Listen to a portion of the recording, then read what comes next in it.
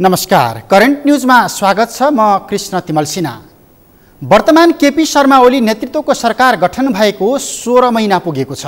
अघिल्लो वर्षको फागुन 3 गते दोस्रो पटक नेपालको प्रधानमन्त्री बनेका ओली 6 दशक यताकै सबैभन्दा शक्तिशाली सरकारको नेतृत्व गरिरहेका छन्।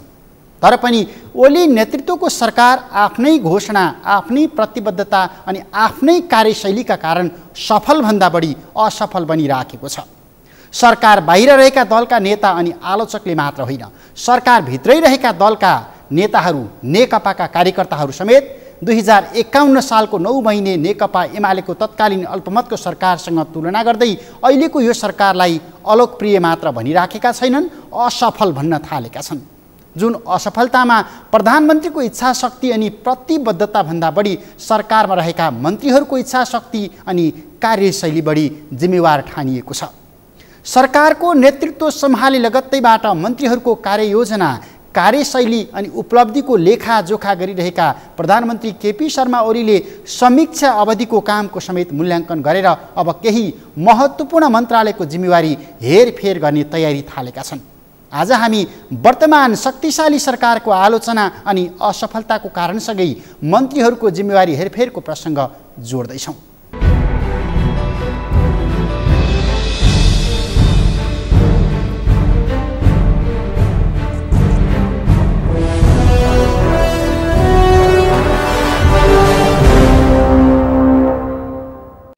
वर्तमान केपी शर्मा ओली नेतृत्वको सरकार गठन भएको 16 महिना पुगेको छ। अघिल्लो वर्षको फागुन 3 गते दोस्रो पटक नेपालको प्रधानमन्त्री बनेका ओली 6 दशक यताकै सबैभन्दा शक्तिशाली सरकारको नेतृत्व अहिले पनि गरिरहेका छन्। तर पनि ओली नेतृत्वको सरकार आफ्नै घोषणा, आफ्नै प्रतिबद्धता र आफ्नै कार्यशैलीका कारण सफलभन्दा बढी असफल बनिराखेको देखिन्छ। सरकार बाहिर रहेका दलका नेता तथा आलोचकले मात्र होइन, सरकारमै रहेका दल नेपाल कम्युनिस्ट पार्टी नेकपाकै नेता कार्यकर्ता समेत 2051 सालको 9 महिने नेकपा एमाले नेतृत्वको अल्पमतको सरकारसँग तुलना गर्दै अहिलेको सरकारलाई अलोकप्रिय मात्र भनिराखेका छैनन्, असफल समेत भन्न थालेका छन्। जुन असफलतामा प्रधानमन्त्री ओलीको इच्छाशक्ति र प्रतिबद्धता भन्दा बढी सरकारमा रहेका मन्त्रीहरूको इच्छाशक्ति र कार्यशैली बढी जिम्मेवार ठानिएको छ। सरकारको नेतृत्व सम्हाले लगत्तैबाट मन्त्रीहरूको कार्ययोजना, कार्यशैली र उपलब्धिको लेखाजोखा गरिरहेका प्रधानमन्त्री ओलीले समीक्षा अवधिको कामको समेत मूल्याङ्कन गरेर अब केही महत्त्वपूर्ण मन्त्रालयको जिम्मेवारी हेरफेर गर्ने तयारी थालेका छन्, जसको गृह कार्य सुरु भइसकेको छ र अबको केही दिनमै सरकारमा सहभागी केही मन्त्रीको जिम्मेवारी हेरफेर हुँदैछ र केही नयाँ थपिँदैछन्। मुख्यतः प्रधानमन्त्रीजीको चाहिँ तपाईको क्षेत्राधिकारभित्रको विषय पर्छ। अब म पनि अध्यक्ष भएकोनाले हाम्रो कुरा भएकै छ, प्रधानमन्त्रीजी र मेरो हामीले कुरा गरिराखेकै छौँ। अब यो बजेटपछि सरकार केही न केही पुनर्गठन गर्नुपर्छ भन्ने कोणबाट हाम्रो छलफल भएको छ। मैले भनिहालेँ, यहाँबाट फर्केर गएपछि दुईटा अध्यक्षको बिचमा अरू यावत विषयमा हामी टुङ्ग्याउने ढङ्गले कुरा गर्दैछौँ। यो बीचमा सरकारवालासँग विस्तृत परामर्श नै नगरी धमाधम विधेयक ल्याइएपछि धेरै विभागीय मन्त्रीको राजीनामा माग भएको छ सडकबाट। स्वयं सरकारमा रहेका दलका नेताले जथाभावी बोल्ने, जथाभावी निर्णय गर्ने र जनताको भावना विपरीत चल्ने मन्त्रीहरूले राजीनामा दिनुपर्ने सार्वजनिक अभिव्यक्ति दिएका छन्। मन्त्रीहरूको अपरिपक्व निर्णयकै परिणाम सरकारमा रहेका दलका जिम्मेवार नेताले सरकारको आलोचना गर्नु परेको छ। राम्रो होमवर्क तयारी गरेर सबै पक्षहरूसँग छलफल गरेर विधेयक आउनु पर्दथ्यो। आइसकेपछि पनि आउनु अगाडि जसले तयार गरेको हो त्यो ठाउँमा त्यसका चाहिँ के असर पर्छन्, त्यसका चाहिँ सम्भावनाहरू के छन्, त्यसले चाहिँ भोलि राज्यले के दायित्व चाहिँ सिर्जना गर्ने हो, नागरिकको दायित्व के सिर्जना गर्ने हो भन्ने कुराको राम्रो विश्लेषण गरेरै आउनुपर्ने हुन्छ। त्यसको लागि विधेयक तयार गर्नु अगाडि सम्बन्धित पक्ष, सम्बन्धित मन्त्रालय, सरकार त्यो सबैले चाहिँ त्यो एकदमै गहन ढङ्गले अध्ययन विश्लेषण गरेकै हुनुपर्दछ। र अहिले विधेयक आउँदाखेरि हाम्रो अलिअलि हतार पतारमा आउने खालको, पूर्ण तयारी नगरेर आउने खालको प्रवृत्ति हामीमा रह्यो। त्यसको कारणले गर्दा पछिल्ला विधेयकहरू अलि बढी विवादित बन्न पुग्यो। मन्त्रीज्यूलाई सहयोग गर्ने मेरो काम हो, सत्ता पक्ष र प्रतिपक्ष भन्ने छ भने त मैले त्यसो नगरौँ भनेको छु। राम्रोलाई राम्रो, नराम्रो भनौँ भनेको छु। र त्यहाँ गत वर्ष त बजेट काटियो, अहिले पनि हेरेँ यसो 2 करोड जति रहेछ। मन्त्रीज्यू अन्यत्र 2 करोड कहीँ छ भने त्यहाँ थपिदिएर 4 करोड बनाइदिए हुन्छ। म मन्त्रीजीलाई विशेष आग्रह गर्न चाहन्छु, सभामुख महोदय, म प्रस्ताव पेश गर्न चाहन्छु कि यो रकमान्तरण गरेर झापा हालियोस्।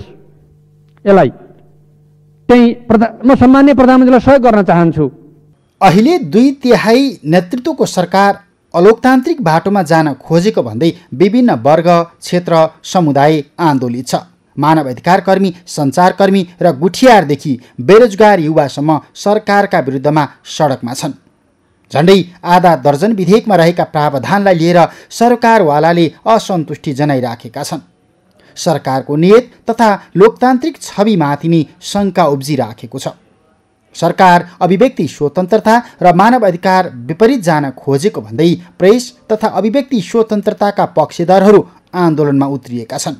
सरकारको एउटा कठोर भिजिलेन्समा नियन्त्रित गर्ने सोचहरू विभिन्न कानुनहरूमा झल्किएको छ र अहिले संसदमा भइरहेको सूचना प्रविधि सम्बन्धी विधेयक हेरौँ या विज्ञापन व्यवस्थापन सम्बन्धी विधेयक हेरौँ, केही समय अगाडि मात्रै पास भएको गोपनीयताको हक सम्बन्धी कानुनलाई हेरौँ, अझ त्योभन्दा नि अगाडि फौजदारी संहिता र फौजदारी कार्यविधि संहिता जुन यो वर्षदेखि लागू भए ती कानुनहरूमा भएका विभिन्न व्यवस्थाहरूलाई हेरौँ र अझ अगाडि बढेर अहिले मिडिया काउन्सिल विधेयक, यस्तै राष्ट्रिय मानवाधिकार आयोग सम्बन्धी विधेयक र अरू पनि विधेयकहरू जसले चाहिँ आधारभूत नागरिक स्वतन्त्रतालाई खुम्च्याउने, नियन्त्रित गर्ने र नेपालको संविधानले जुन स्वतन्त्रताहरूलाई प्रत्याभूत गरेको छ, एउटा मौलिक अधिकारको रूपमा नागरिक तथा राजनीतिक अधिकारहरूलाई जसरी सुरक्षित गरेको छ, ती अधिकारहरूका सीमाहरू जुनलाई हामी एउटा लेजिटिमेट रेस्ट्रिक्सन्स भन्छौँ, एउटा वैध सीमाहरू हो, त्यो वैध सीमाहरूलाई चाहिँ व्याख्या गरेर, गलत व्याख्या गरेर तिनलाई खुम्च्याउने जुन किसिमको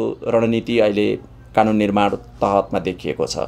कानुन निर्माणको सन्दर्भमा मात्र होइन, व्यवहारमा पनि त्यो समस्याहरू हामीले देखेका छौँ। यस्तै अहिले सबैभन्दा बढी गुठी सम्बन्धी कानुनलाई एकीकरण र संशोधन गर्न बनेको विधेयक चर्चामा छ, जुन सरकारले फिर्ता लिएको घोषणा गरे पनि सरकारवाला पक्षको आक्रोश र आशंका सरकारप्रति अझै मेटिएको छैन। सरकारले दबाव र आलोचना थेग्न नसकेर विधेयक फिर्ता लिए पनि गुठी विधेयकले जस्तै मिडिया काउन्सिलसँग सम्बन्धित कानुनलाई संशोधन र एकीकरण गर्न बनेको विधेयकले पनि सशङ्कित बनाएको छ। राष्ट्रिय मानवाधिकार आयोग ऐन 2068लाई संशोधन गर्न बनेको विधेयकदेखि राहदानी, शिक्षा लगायतका विधेयक फिर्ता लिन सरकारमाथि चौतर्फी दबाव छ, जुन वर्तमान सरकारको लोकप्रियता अथवा अलोकप्रियता जाँच्ने महत्त्वपूर्ण कसी हो। गुठी विधेयकले सांस्कृतिक आस्था, धर्म, संस्कृतिमा प्रहार गरेको, मिडिया काउन्सिल विधेयकले प्रेसलाई नियन्त्रण गर्न खोजेको, मानव अधिकार आयोगसँग सम्बन्धित विधेयकले स्वायत्त निर्णय गर्न सक्ने आयोगको हैसियतलाई कमजोर पार्न खोजेको, राहदानी विधेयकले नागरिकका व्यक्तिगत स्वतन्त्रतामाथि प्रहार गर्न खोजेको सरकारवालाहरूको आरोप छ। यो विषयको गम्भीर्यता नबुझ्दै सरकारले मै ब्रह्मज्ञानी छु भनेर यस्ता विधेयक ल्याउन खोज्दाको परिणाम विज्ञहरूले ठानेका छन्। यो सरकारले गुठी फिर्ता मात्रै गर्ने होइन, विधेयक फिर्ता मात्रै लिन होइन, यो चाहिँ पूर्णगत रूपमा चाहिँ खारेजी नै हुनुपर्छ भन्ने कुरा हो। खारेजी र फिर्ता लिने कुरामा चाहिँ धेरै फरक छ। अब फिर्ता भनेपछि अब कुनै पनि अनुकूल समयमा यसलाई फेरि पुनर्जागृत गराउनु पर्ने स्थिति बन्छ, तर खारेज भयो भने चाहिँ त्यस्तो गर्न पाइँदैन। त्यसकारण हाम्रो माग भनेको खारेजी नै हो। अब यो खारेजी गर्नुपर्ने सवालमा सरकारले के कस्तो प्रक्रियागत कामहरू गर्छ भन्ने कुरा अहिले हामी पर्खिरहेछौँ। मन्त्रीले, सम्बन्धित मन्त्रीले मैले फिर्ता लिएँ भन्दैमा यो फिर्ता हुने स्थिति छैन, किनभने यो राष्ट्रिय सभामा दर्ता भएर यो छलफलको क्रममा र धेरै सांसदहरूले संशोधन समेत हालिसकेको सन्दर्भमा यो अब बाहिरबाट मात्र फिर्ता लिए भनेर यो प्रक्रियागत पुरा हुने छैन। अहिले सरकारले आफ्नो कामको प्राथमिकता निर्धारण गर्न अझै सकेको छैन। सरकारले नागरिकको आवश्यकता र भावना बुझ्न सकेको छैन। त्यसैले त सबै क्षेत्रबाट सरकारप्रति असन्तुष्टिको स्वर बाक्लिन थालेको छ। सरकार जुन ठाउँमा जसरी उभिनु पर्ने हो त्यसरी उभिन सकिराखेको अझै छैन। विषयको गाम्भीर्य नबुझी हतार निर्णय गर्दा आफ्नै निर्णयबाट पटक पटक सरकार पछि हट्नु परेको छ। शक्तिशाली सरकार नै हल्का फुल्का रूपमा प्रस्तुत हुन खोजेपछि सरकार चौतर्फी विरोधको घेरामा फस्नु स्वाभाविक हो। यति मात्र होइन, जिम्मेवार मन्त्रीले यस्ता विधेयक तयार पार्दा तथा धारणा सार्वजनिक गर्दा सरकारवाला पक्षसँग कसरी छलफल गर्ने अनि कसरी प्रस्तुत हुनेसम्मको सामान्य सचेतना नअपनाए जस्तो पनि यही बीचमा देखिएको छ। त्यसैले त सरकार सधैँ विवादमा छ। सरकार आलोचनाको केन्द्रमा छ। समृद्ध नेपाल निर्माण गर्ने हुटहुटीमा लागेका प्रधानमन्त्री स्वयं आफ्नै जिम्मेवार मन्त्रीहरूको काम अनि वचनका कारण विवादमा तानिराखेका छन्। विज्ञ र अभिज्ञ को हुन्, कसका कारण सरकार अलोकप्रिय बनिराखेको छ भन्ने विश्लेषण बल्ल 16 महिना बितेपछि सरकारले गर्न थालेको छ, प्रधानमन्त्रीले गर्न थालेका छन्, जसको परिणाम केही दिनभित्रै देखिने नेताहरूको दाबी छ। पटक पटक आफ्नै ब्रह्मज्ञानी जस्तै बनेका मन्त्रीहरू अहिले विज्ञहरूको आक्रोश र आशंका बढ्न थालेपछि संसदमा पुगेका अनि पुग्न बाँकी विधेयकका विवादित विषयलाई परिमार्जन गरेर जान आफूहरू तयार रहेको प्रतिक्रिया दिन थालेका छन्। जननिर्वाचित प्रतिनिधिले जनताको भावना बुझेर काम गर्न नसकेको भन्दै सडकमा भने निरन्तर नागरिकको खबरदारी चलिराखेको छ। अहिले सडकमा पोखिएको आक्रोशले के पुष्टि गर्छ भने जनभावना विपरीत काम भयो भने जतिसुकै ठुलो पार्टी वा नेता भए पनि जनताले विरोध गर्छन्। जुन खबरदारीका कारण सरकारका मन्त्रीहरू सुध्रिन सक्छन्, सुध्रिनुपर्छ। तर सडकमा पोखिएका असन्तुष्टि त्यत्तिकै मत्थर हुने अवस्था अहिले पनि देखिँदैन। दिन प्रतिदिन सरकारका निर्णयका विरुद्धमा नयाँ नयाँ क्षेत्र आन्दोलनमा आइराखेको अवस्था छ। सरकार एकपछि अर्को कुरामा चिप्लिँदै जान थालेको छ। यसबाट आन्दोलन बढ्दै जान्छ र सरकार थप असहज परिस्थितिमा फस्न पुग्छ।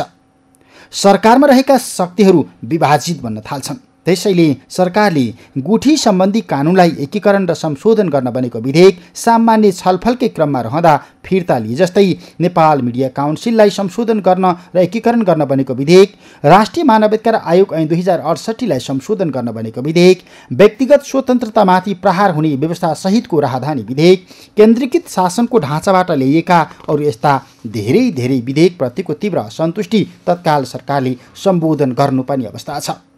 नत्र यही असन्तुष्टिको सानो झिल्कोले सरकारको भविष्य अनि व्यवस्थाप्रतिको विश्वास कमजोर बन्न सक्छ।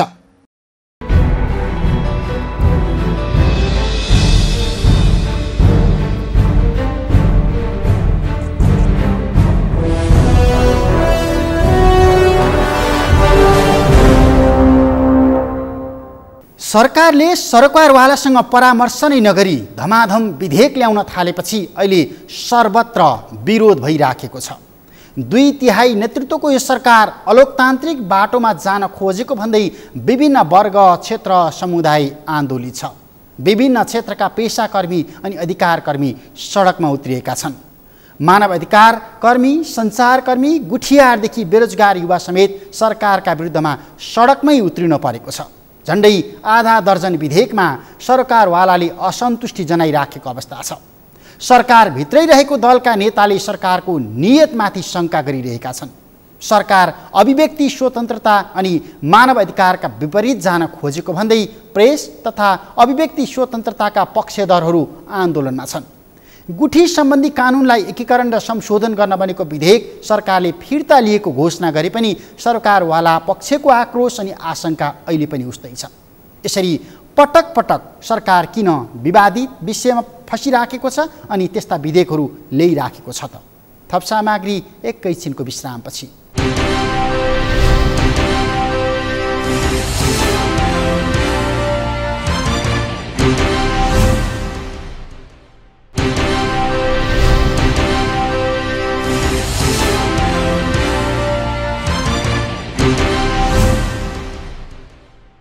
विश्रामपछि करेन्ट न्युजमा स्वागत छ। आज हामी इतिहासकै शक्तिशाली सरकारले ल्याएको विवादित विधेयक अनि मन्त्रीहरूको विवादित गतिविधिको प्रसङ्ग केलाइरहेका छौँ। विशेष गरी अहिले सरकारले दबाव अनि आलोचना थेग्न नसकेर फिर्ता लिएको गुठी विधेयक पुनर्लेखनका लागि दबाव परिराखेको मिडिया काउन्सिलसँग सम्बन्धित कानुनलाई संशोधन र एकीकरण गर्न बनेको विधेयक, राष्ट्रिय मानवाधिकार आयोग ऐन 2068लाई संशोधन गर्न बनेको विधेयकदेखि राहदानी, शिक्षा लगायतका विधेयकमा सरकारको लोकप्रियता अथवा अलोकप्रियता जोडिएको छ, जसमा सरकारवाला पक्ष असन्तुष्ट छन्।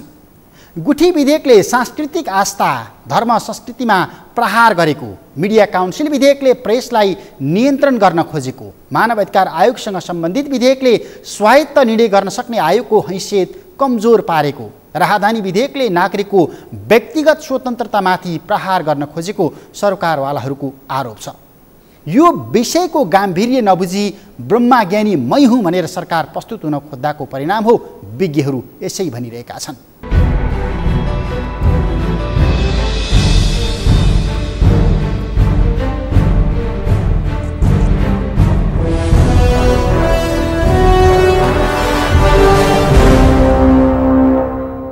विधेयक ल्याउनु पर्ने सरकारको पहिलो दायित्व हो र सरकारले विधेयक ल्याइसकेपछि संसदमा पेश गरिन्छ र संसदमा जति पनि पेश भएका छन्, तपाईँले जुन प्रश्नमा राख्नु भएको छ किन विधेयकहरू विवादित छन् भन्दाखेरि अहिले पछिल्ला विधेयकहरू धेरै विवादमा आएका छन्। अब जस्तो 3 वर्षभित्रमा सरकारले मौलिक हक कानुन गर्ने विधेयक पनि ल्यायो, पारित भयो। त्यस पछाडि झन्डै 339वटा कानुनमध्ये धेरै कानुनहरू परिमार्जित गरेको अवस्था पनि छ। त्यसमा धेरै जसोमा विवाद आएको अवस्था पनि देखिँदैन। तर केही यस्ता विधेयकहरू छन् जुन विधेयक जनतासँग प्रत्यक्ष सरोकार राख्छन्। जनतासँग प्रत्यक्ष सरोकार राख्ने विधेयकहरू भइसके पछाडि कानुन बन्ने भनेको जनतासँग पनि छलफल गरेर, जो सरोकारवाला हो त्यससँग छलफल गरेर विधेयक चाहिँ सरकारले ल्याउनु पर्ने हुन्छ।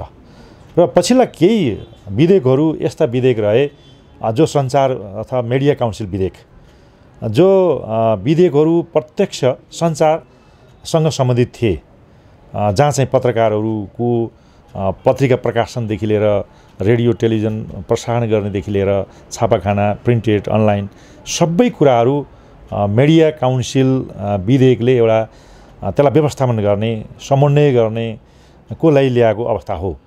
तर पत्रकारहरू अथवा मिडिया जगतले कुनै आचार संहिता उल्लङ्घन गर्यो भने त्यसलाई 5-10,000देखि के अरे 25,000देखि 10 लाखसम्म जरिवाना गर्ने, क्षतिपूर्ति गर्ने मिडिया काउन्सिल विधेयकमा आयो। जहाँ चाहिँ प्रेस काउन्सिल ऐन पनि पहिला पनि थिए, नभएका होइनन्। मिडिया काउन्सिलमा जुन मिडिया काउन्सिलको गठन भएको छ, गठनमै कुनै पनि सरोकारहरूलाई छलफल गरेको अवस्था देखिएन। र छलफल नगरिकन ल्याउँदाखेरि के देखियो भन्दाखेरि जो अध्यक्ष हुन्छ त्यसलाई 10 वर्षको अनुभव भयो हुने र सदस्यहरूलाई 15 वर्षको अनुभव चाहिने। 10 वर्षको अनुभवले के देखायो भन्दाखेरि खल्तीको मान्छे, सरकारको खल्तीको मान्छे चाहिँ 10 वर्ष पुग्यो भने ऊ चाहिँ मिडिया काउन्सिलको अध्यक्ष हुने भयो। यसले गर्दाखेरि सरकारको एउटा कतै आफ्नो हितलाई मात्र हेरेर ल्यायो कि भन्ने पनि त्यो देखियो कारणले त्यो अर्गनाइजेसनल इन्डिपेन्डेन्स भन्छ, त्यो सङ्गठनात्मक स्वतन्त्रता पनि त्यसमा हुन सकेन। एउटा कम योग्यता क्षमता भएको मान्छे अध्यक्ष भने अन्य चाहिँ 15 वर्ष योग्यता क्षमता भएको मान्छे त्यो चाहिँ सदस्य बन्नुपर्ने भने त्यो स्ट्रक्चरली पनि स्वतन्त्रता देखिएन। अर्कोतर्फ आचार संहिता उल्लङ्घन गर्दैमा संसारमा कहीँ पनि कुनै पनि यही मिडिया काउन्सिल भन्नुहोस् या बार काउन्सिल भन्नुहोस्, मेडिकल काउन्सिल छन्, यी सबले चाहिँ कसैलाई पनि जरिवाना गर्ने, क्षतिपूर्ति दिलाउने त्यो गर्दैन।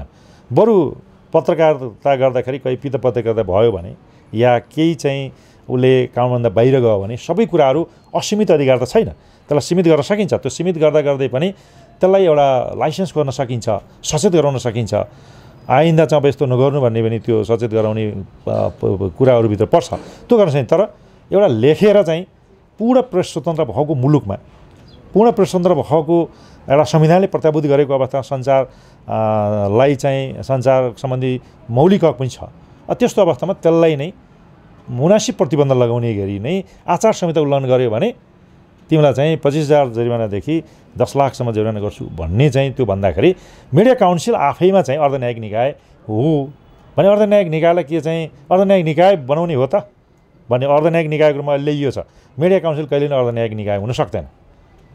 पहिलो मेरो यो भनाइ छ र त्यो न्यायिक निकाय नभइकन स्वतन्त्र मिडिया काउन्सिल आउनु पर्थ्यो।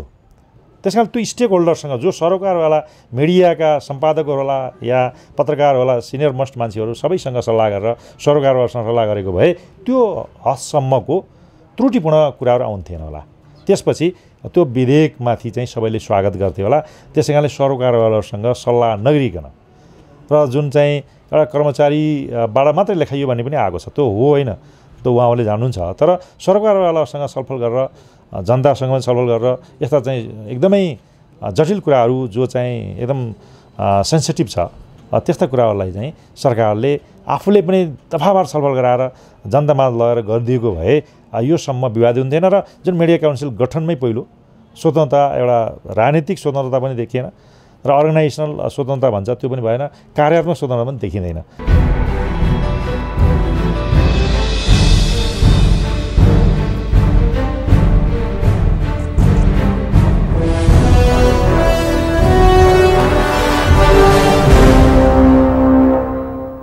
अहिले सरकारले आफ्नो कामको प्राथमिकता निर्धारण गर्न सकेको छैन। सरकारले नागरिकको आवश्यकता र भावना बुझ्न सकेको छैन। त्यसैले त सबै क्षेत्रबाट सरकारप्रति असन्तुष्टिको स्वर बाक्लिन थालेको छ। सरकार जुन ठाउँमा जसरी उभिनुपर्ने हो त्यसरी उभिन अझै सकेको छैन। विषयको गाम्भीर्य नबुझी हतार हतार निर्णय गर्दा आफ्नै निर्णयबाट पटक पटक पछि हट्नु परेको छ। शक्तिशाली सरकार नै हल्का फुल्का रूपमा प्रस्तुत हुन खोजेपछि सरकार चौतर्फी विरोधको घेरामा फस्नु स्वाभाविक हो। यति मात्र होइन, जिम्मेवार मन्त्रीले यस्ता विधेयक तयार पार्दा अनि धारणा सार्वजनिक गर्दा सरकारवाला पक्षसँग कसरी छलफल गर्ने, कसरी प्रस्तुत हुनेसम्मको सामान्य सचेतना नअपनाए जस्तो पनि यो बिचमा देखिएको छ। त्यसैले त सरकार सधैँ विवादमा मात्रै परिराखेको छ। सरकार आलोचनाको केन्द्रमा धकेलिराखेको छ। समृद्ध नेपाल निर्माण गर्ने हुटुटीमा लागेका प्रधानमन्त्री स्वयं आफ्नै जिम्मेवार मन्त्रीको काम अनि वचनका कारण विवादमा तानिराखेका छन्। विज्ञ अभिज्ञ को हुन् र कसका कारण सरकार अलोकप्रिय बनिराखेको छ भन्ने विश्लेषण बल्ल अहिले सरकारले गर्न थालेको छ, जसको परिणाम अपेक्षा गरौँ केही दिनभित्रै पक्कै देखिनेछ। हवस् त, करेन्ट न्युजको आजको समय सकियो। भोलि फरक विषयका साथ उपस्थित हुने नै छौँ। नेपालको पहिलो न्युज च्यानल सगरमाथा टेलिभिजन हेर्दै गर्नुहोला। नमस्ते।